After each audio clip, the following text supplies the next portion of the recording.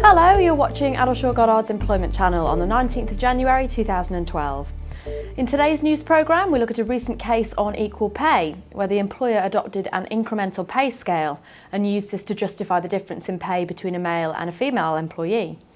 We'll also look at ACAS's most recent guidance for employers on managing employees who are volunteering during the Olympics. And finally, an update on the unfair dismissal qualifying period, which is set to increase from 1 to 2 years in April. First up is the case of Secretary of State for Justice and Bowling, a recent Employment Appeal Tribunal decision on equal pay, which provides some reassurance for employers who adopt incremental pay scales for its employees. Here, a male was recruited at a higher pay level on an incremental pay scale than a female colleague because he had greater skills and experience. The issue to be decided was whether this reasoning amounted to a genuine material factor, explaining the difference in pay between the two employees, not just during the first year of employment, but also during subsequent years. To recap on the law, a woman employed under a contract personally to do work is entitled to contractual terms that are as favourable as those of a male comparator of the same employment, if they're employed on equal work, that is, like work, work rated as an equivalent or work of equal value. The law achieves this by implying what is known as an equality clause into a woman's contract, which effectively replaces her less favourable term with the equivalent more favourable term of a man's contract. However, this clause won't operate if the employer can show that the difference in the contractual terms is due to a material factor which is not sex discriminatory, known as the genuine material factor defence. Tessa Harland, an associate in our employment team, comments on the facts of this case and what it means for employers. In this case, Miss Bowling worked for the prison service. As a new employee, she was placed at the bottom of an incremental pay scale. Around the same time, her male comparator was recruited to do similar work, but he was placed 2 points above Miss Bowling because of his skills and his experience. She brought an equal pay claim, alleging that the pay differential was based on sex. The tribunal found that the male comparator's additional skills and experience justified the variation in pay, and that this was a material factor other than sex which justified the pay disparity in the first year. However, it felt that Miss Bowling had gained enough experience to catch up with her male comparator in the following year, so that she was entitled to be paid the same as her comparator from then on.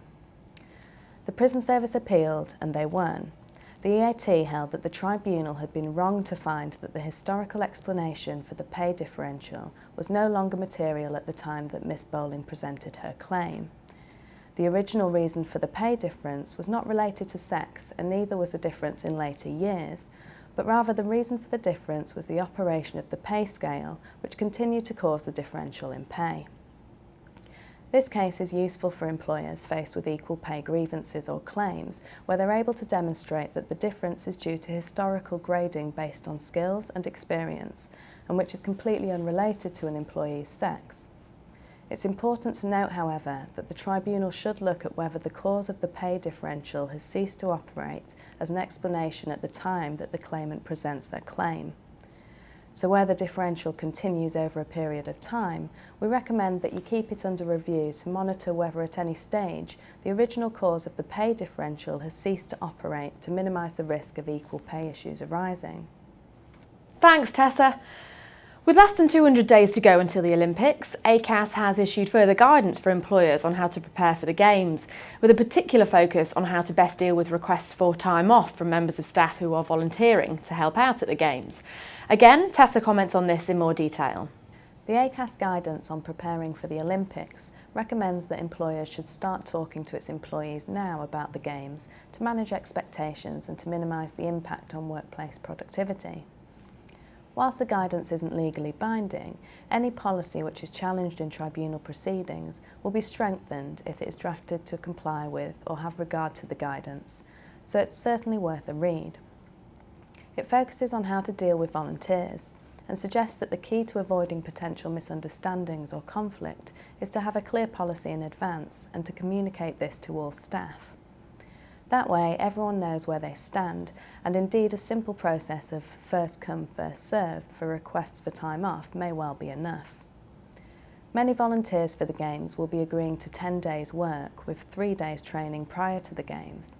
This is a fairly big commitment, and employers, particularly smaller organisations, may well be concerned about the impact this will have on their business and their workforce.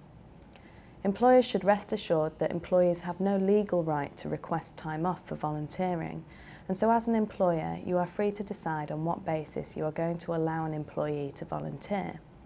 In particular, whether you are going to pay an individual for time off or whether you'd prefer they request this as holiday. Increasing numbers of employers are encouraging their employees to volunteer to help develop their skills and support their local community.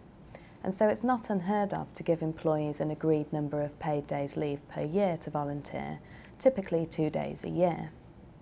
So it's really up to you how you want to deal with volunteers, but the key is to apply your approach fairly and consistently.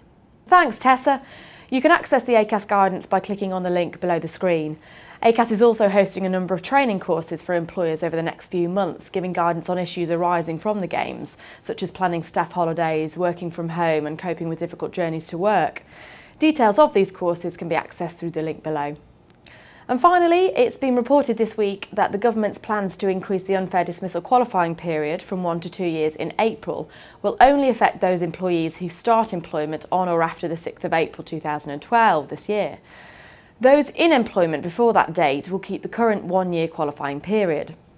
At the time that the change was announced, no indication was given as to how the change would affect existing employees, particularly those who may have already qualified for unfair dismissal rights under the current approach, but not under the new regime.